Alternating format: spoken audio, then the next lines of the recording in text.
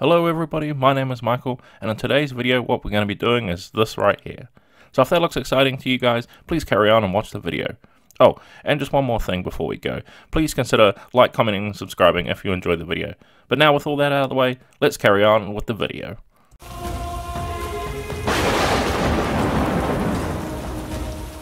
Okay, so we're painting up the King of the North here, and as you can see to start off with, I've given him a zenithal prime, which is starting off with black and then coming over with a white spray just over top so you can really get those highlights. And I'm going to be starting off with neutral flesh, as you can see here, because I want that nice, just neutral skin tone. It's a good place to start off from, so any sort of neutral skin tone will be good here.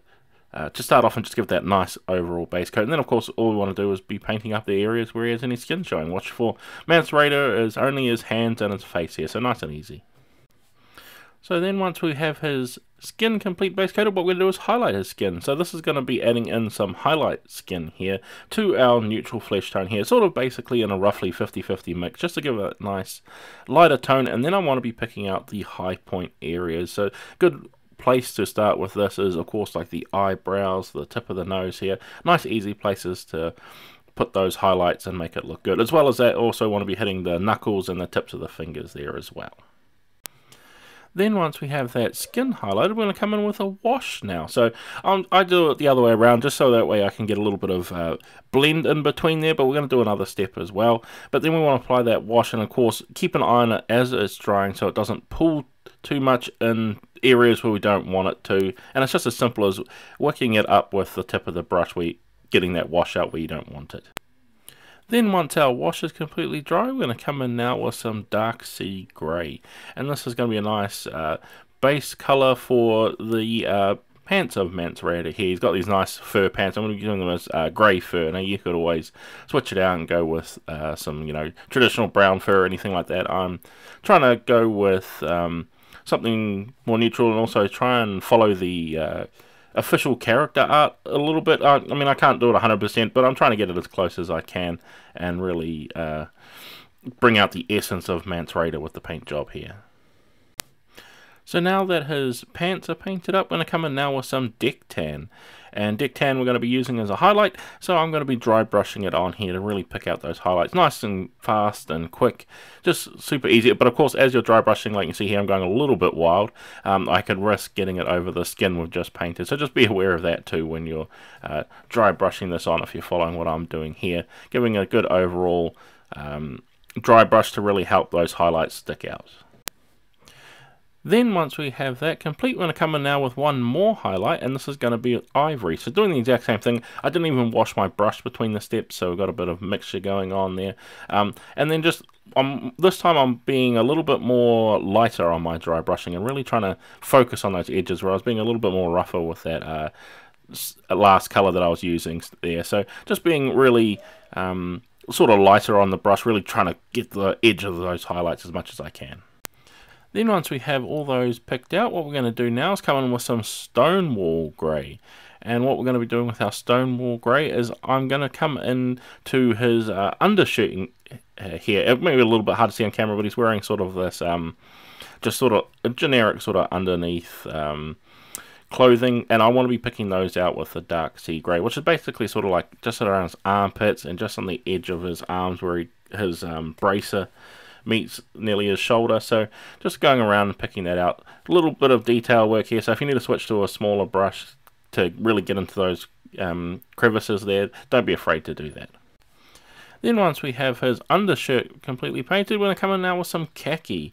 And the khaki I'm going to be using for his boots here. So he's got these sort of just basically like leather wrappings as shoes. So I'm going to be using a khaki with that separated out from the other colours that we've just been applying, since a lot of grey here. So the khaki is going to really stand out. But it's going to be a nice overall effect, especially once we get the washes and that on there as well. Make it look like they are sort of bandages and stuff like that. Really sort of loose wrappings that he's found to make his boots. Then once we have his boots complete, we're going to come in now with some oak brown, which is a nice dark, deep rich brown. And we're going to be using this for the belts that Mance Rayder has on him here. He only has a couple. He has one just around his chest, but he also has some like leather wrappings around his legs as well. We want to make sure we pick those out as well. Very fine detail work, so take your time and really try and focus in on getting those around his legs especially. But it's totally up to you if you want to do this, if you want to just leave it because you're a little bit worried about it. Don't be afraid to do that as well. I'm just going to, try and work on my brush control here. Then once we have those areas picked out, I'm going to come in now with some agrax earthshade. Now this is going to be applied to everything that we've just painted. So that's our boots, our fur, pants, our undershirt, everything that we painted up in the last few steps that isn't the skin, we want to be applying the wash to it. So giving a good overall coat and being especially careful too when we're using that wash that it can very easily pull up on his pants area since he has a lot of cracks and crevices, so be aware of that too as it's drying.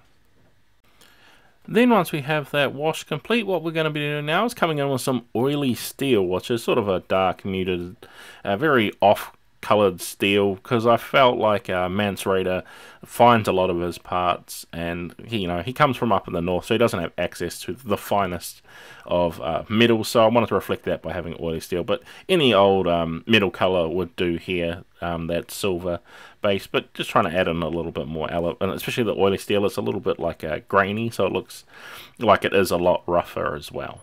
And then of course it's just a matter of applying that to the steel, but we don't want to be applying this to the helmet or the braces. We want to be leaving that alone. We just want to be going after that chain shirt and the sword.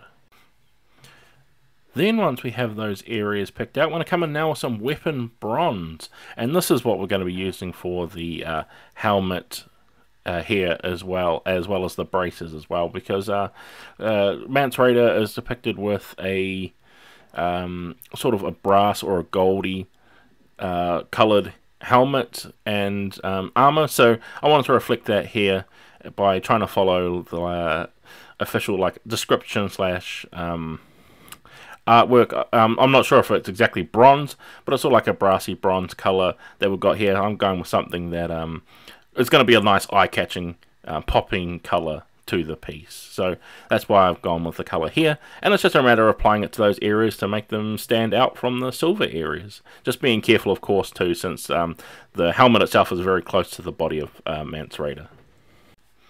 Then once we have that picked out, what we're going to be doing is going to come in now with some black grey, and we're going to be using this for the cloak of Mance Rayder here, giving it a nice overall coat. We want to be really getting in there, and especially since there's little stitchings over the cloak itself as well. We want to make sure you want to get in around those and really give it a good overall paint job. We're giving the whole thing a base coat with this as well, so just a matter of going through, spending some time and really getting into those nice folds and waves that is on this piece.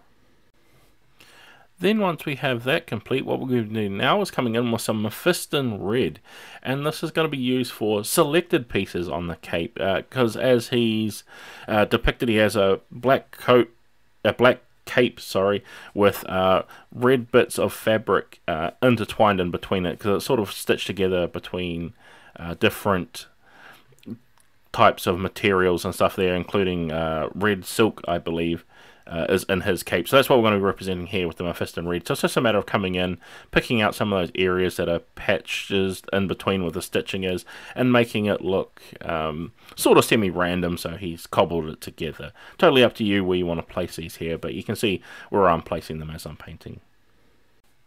Then once we have those areas picked out, what we're going to be doing now is coming in with some ivory, and we're going to be using this for Mance Rayder's hair, since he's typically depicted with white hair, so it's just a matter of going in and picking them out, being careful not to get it anywhere where we don't want it to, like over the face and that, because it'll be a bit of a pain to touch that up. So we're practicing a bit of brush control here. And with that, what we want to be doing is we're going to come in now with some nuln oil. And what we're going to be doing is we're going to be applying this to a lot of the areas of the miniature, including the pants here. Now, I did say before that we place some brown wash on the pants. I decided sort of at the last minute that I actually wanted to go with a black wash over top of it, give it a different look from the other pieces. So totally up to you what you want to do here. Go with a black or a brown wash depending on what color you want to sort of tint it. I ended up by deciding with black, just to try and tie different colors together. And then of course it's just a matter of going over the cloak and all of our armor as well. We want to be hitting with the black wash. Then once we have that complete, what we're going to do now is coming in with mephiston red once again, and this is to highlight the areas that we just applied the wash over, and that of course is going to be like hitting the highlights and areas that we want. So that's all the raised areas, of course, which on this miniature is actually quite nice. We've got a nice folds and waves in the cloak in there, so it's actually not a hard decision of where we want to place these highlights. It's quite pronounced there, so it's really good for your highlighting needs. Then once you have that complete, we're going to come back in with some ivory now, and this of course is to be highlighting his hair. So we want to be making sure that we give his hair a nice overall highlight, really being careful, and especially since these sculpts are quite nice, you can actually see a lot of individual strands of hair to pick out. I'm not perfect at this, but I try to pick out as many sort of strands as I can to make it look realistic, and we're getting some lighting on there. But I'm not perfect at this. I still need a lot of work to go to really get that hair how I'd like. Then once we've highlighted that hair, what we're going to do now is coming in with some basalt grey, and this is a lighter grey than we use for our cloak as well, so it's going to give a nice overall highlight to our cloak as well, because we want something a little bit lighter since we're messing with a lot of dark colors and very close to blacks. So coming in with this lighter grey is going to really help and add a lot of punch to the high points and the highlights of our cloak here. And it's just a matter of going around picking out those nice defined areas that are on the miniature. Then once we've got those highlights complete, what we're going to do now is coming back in with our weapon bronze and doing the same thing. We want to be applying some highlights, and as you can see, he's got that nice winged helmet, so we want to be hitting the edges of those wings. We want to be sort of getting the front of the head of the helmet and just around those little eye slots and stuff there, really picking out those areas that'll really shine nicely if the sun was to be on them. Then once we have that complete, what we're going to be doing now is coming in with some shining silver, so that's a nice bright silver, especially compared to the oily steel I've used, and really pick out the edges of our silver detail. So of course I'm going to be focusing a lot of that silver detail onto the sword, of course, making it look like it's shining in the sunlight, and being really careful and just picking out the edges there. But don't be afraid to go over a little bit of the chainmail he has on and pick out some of those areas too. And then once we have that complete, we're going to come back in with some ivory now. And what I'm going to be doing with this ivory is I'm just going to be using it for some highlighting, and that is going to be on his fur pants here. And as you can see, there's some nice patches of fur that are really nice and easy to pick out. So I'm going to go through and just pick out a few of these that would be in the light, so the very tops of them basically. Not going to go over every single one, but just enough so it looks like we've got some good highlights. And then once we've done that, it's just time to base them up like the rest of your army. So let's go on to some of those nice glamour shots.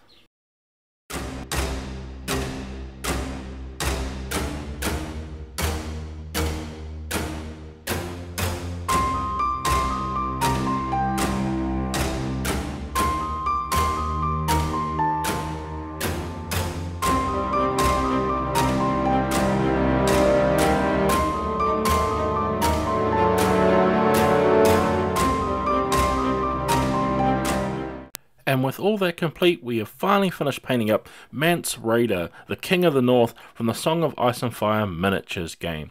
So I hope this video has been helpful for you guys, whether you want to follow along with what I did here, or you just want to use this video as some inspiration for painting up your own miniatures. But with all that said guys, I'd like to thank you all for watching, and I can't wait to see you all in the next video.